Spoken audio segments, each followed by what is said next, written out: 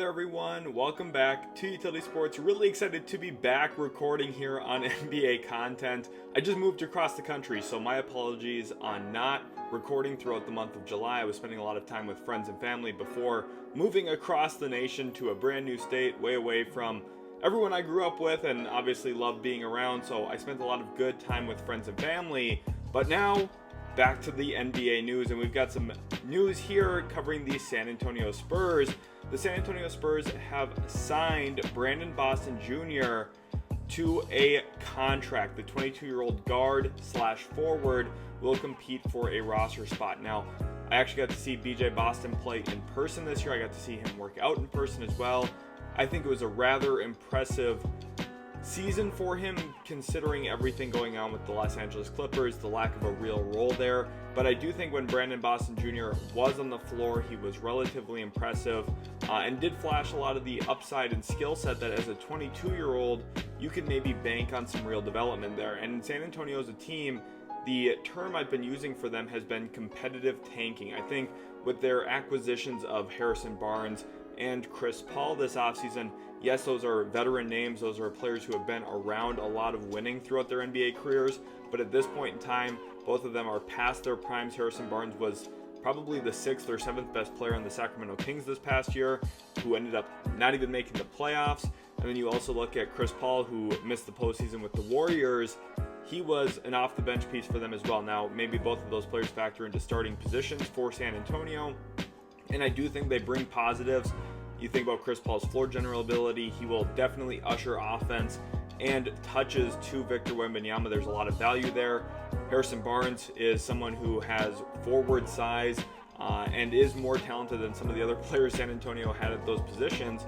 But I don't think the Spurs are really pushing their foot down on the accelerator quite yet. And I think that's smart, especially considering the 2025 draft class, looking at names like Dylan Harper, Cooper Flagg, Ace Bailey, Nolan Traore, another Frenchman. Maybe they would bring him in.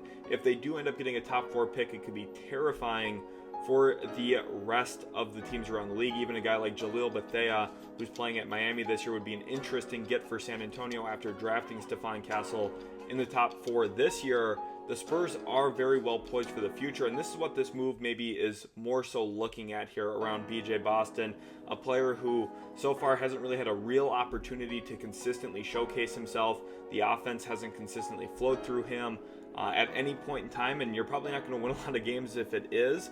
But I do think this could be a really good year for Brandon Boston if he does end up staying with the San Antonio Spurs and actually finding a real roster spot and a real opportunity with the Spurs this year. They do have some young pieces already. You think about Champagnie, you think about Keldon Johnson, obviously Devin Vassell, Trey Jones. They brought in a number of different players this offseason as well, including Malachi Flynn most recently. So the Spurs have been active.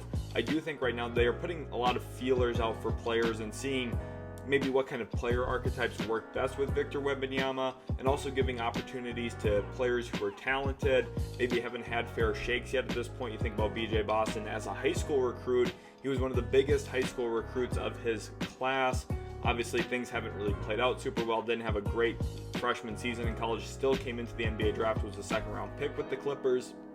But like I've said multiple times at this point, he hasn't showcased enough consistently to really warrant a long-term contract or to really instill a lot of confidence in people who have watched him. But for me, having seen him work out in person, having seen him play in person at the NBA level, I do think there is some real talent to work with here. Now it's about trying to find ways to utilize him and get the most out of him, and that is going to be a challenge here. Shout out to Mike Escato of Hoops Hype for the news here on the BJ Boston signing with the San Antonio Spurs. It's a small move. It's one that's probably not going to move the needle very much in the NBA this season, to be completely honest with you. But if I had to grade it, I would give it an A move for the San Antonio Spurs here. He's going to compete for a roster spot. This is a fringe roster player at this point in time. But San Antonio, I think currently with their moves, their acquisitions, they're doing their due diligence on players around the league, young players especially, who maybe could blossom with the right development. An obvious all-time great head coach with Greg Popovich, and now an all-time talent to work with around him as well in Victor Wembanyama.